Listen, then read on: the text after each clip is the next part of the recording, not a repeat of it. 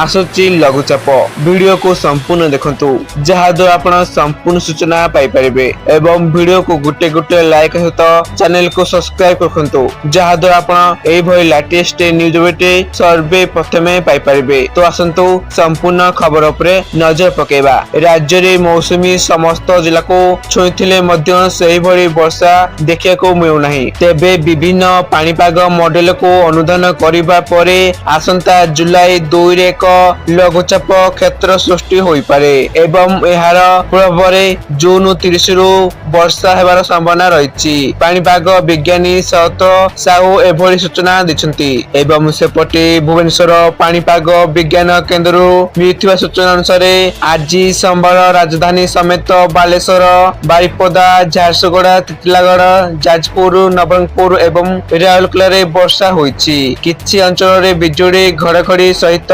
वर्षा होइथिबा जणा पड़िछि। भुवनेश्वर पानीपाग विज्ञान केंद्रर पूर्वानुमान आसंता 24 घंटा मध्य कलाहांडी कंधमाल नवरंगपुर रायगड़ा कोरापुट मालकानगिरी एवं गजपति जिलार किछि अंचल रे प्रबल वर्षार संभावना रहिछि। एही परिप्रेक्ष्य रे संपृक्त जिला गुड़िक को पानीपाग विभाग पक्षरु सतर्क सूचना जारी कर अछि। तो एथला संपूर्ण सूचना आप माने वीडियो को संपूर्ण देखथरो आपन को धन्यवाद। Don't forget like and subscribe our channel.